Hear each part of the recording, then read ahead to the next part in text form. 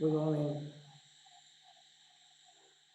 So we are nearing the completion of railway engineering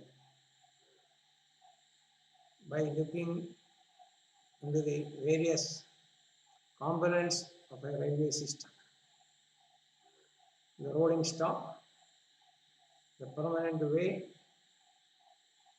the signaling and interlocking, the points and crossing, and the various types of yards. There is one more yard which I forgot to tell on the day. It's called the locomotive yard. So in addition to the passenger yard, this goods yard and marshalling yard, another is dedicated to the operations, maintenance operation of the locomotives. Fueling in the case of diesel engines, in the case of electric driven engines, that aspect doesn't come. But watering and maintenance, routine maintenance and special maintenance, you need a large space, and that is the locomotive yard. Just see, yard, it means they're all very spacious, very wide, long, broad area where you have corresponding auxiliary railway lines connecting the main lines. So, a railway system requires a lot of land, and that is what, and the utilization of this land for the purpose of these yards itself is a challenge to the civil engineer. Very macro level management of these lands. The problem with land is land comprises of soil. Land is soil. The characteristics of this soil, the nature of this soil, abruptly changes from place to place, from locality to locality, from location to location. You may get a hard stratum, you may get a comfortable soil for the civil engineering practice. You just go a little beyond, a little away, immediately the type of the soil may change. It may not be that much comfortable for the civil engineering practice. So taking care of this heterogeneity and disparity of soil characteristics is a regular feature in the construction of appurtenances of railway on yards. Some yards may be waterlogged, may be flooded, so that has to be taken into account. Some yards will be elevated, so you have to correspondingly protect the soil.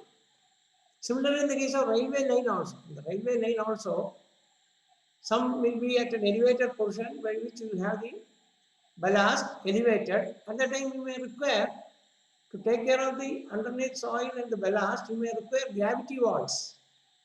That gravity wall is also one of the major components of permanent way. An ordinary plain line where the ballast is on the natural ground, on the plane, the gravity wall may not come into picture.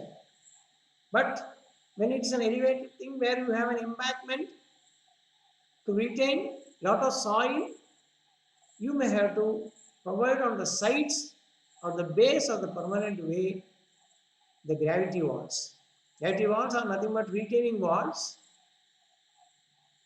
which confines the soil, takes care of the pressure exerted by the soil, and keep the soil intact compact, and transfer the load to the subsequent bottom layers.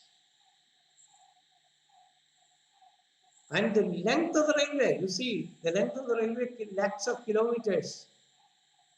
And you need at stations, especially on stations and on strategic points, you require lot of land.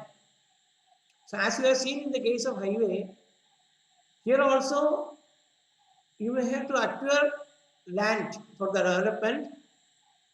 Fortunately, the railway, during the inception of railways, especially during the British period, lot of land has been made available under the, I am telling in the Indian context. Possibly it may be the same thing in the other countries also. For the railway lines, since they are running kilometers, lakhs of kilometers, you need for tolerance, for operation of the railway system, and for future development. For future development, operations, and for running the day-to-day affairs of the railway, rolling stock transportation. So space will be very high, huge land, acres of land, lakhs of acres of land required, especially near the stations. And the station is totally governed by the head, the station master. And the station master controls the whole operations of the running of the rolling stock on the lines. And you have a huge, nowadays you have a huge automated control panel system, totally electronically managed, and smart systems. Smart is self-monitoring and reporting technique. Self-monitoring and reporting technique. The positions of each and every train, at what point they are, the proper communication with the driver and the persons in the control panel, and the driver as well as driver can have the team who run the rolling stock on the rail can avail of the facility of GPS, global positioning system. So all these developments in the allied fields of engineering has enabled the railway system more safe and more informed, well informed about what is going to happen ahead and what are the objects, if at all, or in terms of any falling of trees or some objects crossing, or even human beings crossing or going along the way, permanent way, or in a train coming opposite to the same way. All these things can be decided by proper sensors. You can use sensors, so electronically operated. You can use satellite facilities, GPS. Then all these things are interrelated, and railway engineering is the engineering in which almost all disciplines, branches of engineering, fields of engineering are well employed. The role of each engineering in railway are competitive and mutually supporting each other. So railway engineering is a typical example of integrated engineering. All engineering disciplines are put together for the effective operation construction, operation, management, and maintenance of electric, maintenance of the electric traction system, the diesel traction system. Nowadays, the steam that is almost obsolete. I should have told one thing about the gauge in the first class. I forgot to tell about the gauge. Gauge means the center to center distance of the stop rails. You have an eye section here, you have an eye section here. The center of this eye, or the center of the web, to the center of the web, it is called the gauge length. This gauge length decides the total carrying capacity, the speed, and all appurtenances are decided by the gauge length or the gauge width. Initially, when the inception of the railway system has taken place, it was around 0.75 meters, 75 centimeters. That is called the narrow gauge. Narrow gauge. The purpose of the narrow gauge was to transfer goods for the facilitating goods, then some passenger trains going very local trains running from one station to some few stations with limited speeds and limited wagons or bogies to reduce the load. At that time, only manual signals were there. Then, during the development, the gauge width, the width of the gauge is standardized with 1 meter. Center to center distance called 1 meter, and that is called the meter gauge. So, the carrying capacity can be increased and the speed also can be increased. Then, there is a standard rail around 1.463 also. I am not and something. Almost to that, around 1.5 meters. 1.5 meters. You have so 0.75, then 1, then double of 0.7. That is around 1.5 meters. 1.463 also. It's called the broad gauge. Nowadays, the railway lanes are having 1.463 center to center distance, by which the rails are, the center line of the rails are 1.463 meters apart. So you can have more speed, more carrying capacity, and the management of the points and crossing.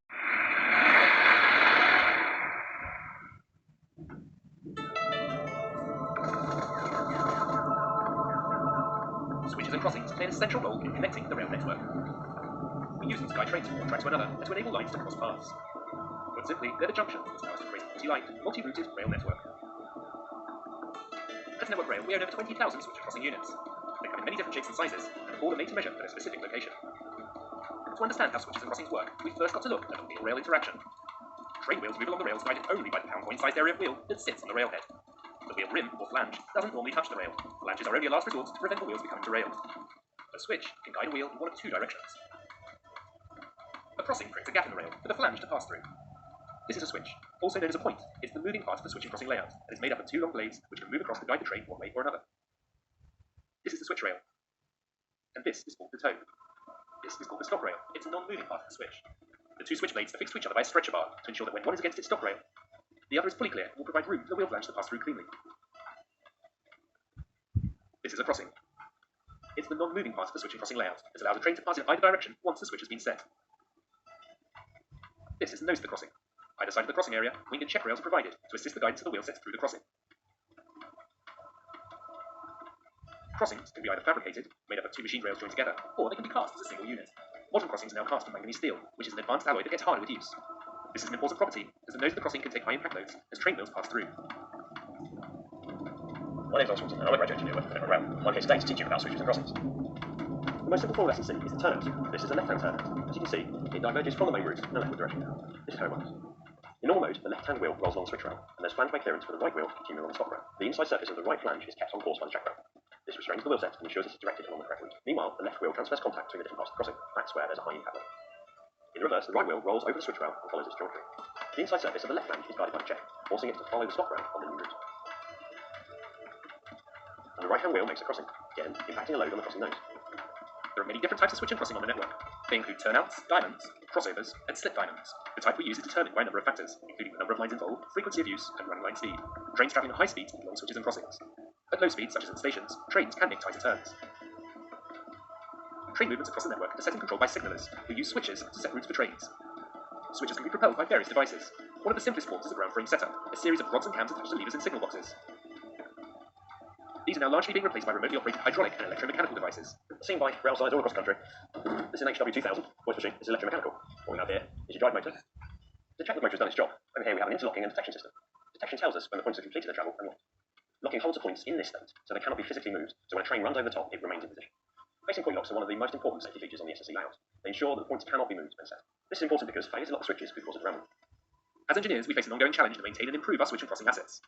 Trains can create large impact and lateral forces as they change course, and these forces can cause wear and deformation. Switches and crossings therefore have a limited lifespan before we need to replace them. Less than 5% of track miles are made up of switches and crossings, but over 17% of our maintenance budget is spent on them. We'll continue to research and develop new inspection techniques and material usage to increase. Even signals and interlocking, everything will be totally oriented for broad gauges of 1.4 system. And there will be obviously 2 lanes, 1, 2 and 4 movement of the rolling stock. Now in India, almost doubling of the lane. So you will have 2 lanes for in one direction, 2 lanes in the other directions. All these things will considerably reduce the logistics, the transportation facility, the number of rolling stock per day running. So huge and large sidings are there by which you can increase the number of lanes. And more lanes obviously will be there on the stations to take care of the deviations, change of directions, points and crossing, for yards, everything. So that is the thing in a nutshell if you want to tell. In electric traction, there will be a control panel in the engine also. So you can have a communication directly from the control panel of each stations, nearing station as well as leaving stations. Control panel integrated to the control panel of the electric engine. So perfect synchronized informations by which the driver need not be very tensed. So he can think of running the ride on a very safe, secure, sensible and smart manner. So smart systems have helped the very largest transportation system, railways, to attain maximum speed, maximum load carrying capacity with minimum casualties and accidents. So we have covered 2 land utilization in terms of civil engineering, known as highway engineering and railway engineering. These are 2 transportation systems on land. Land transportation systems, highway and railway, and the role of civil engineering in the construction, operation, management, maintenance, and control of these systems. Thank you very much.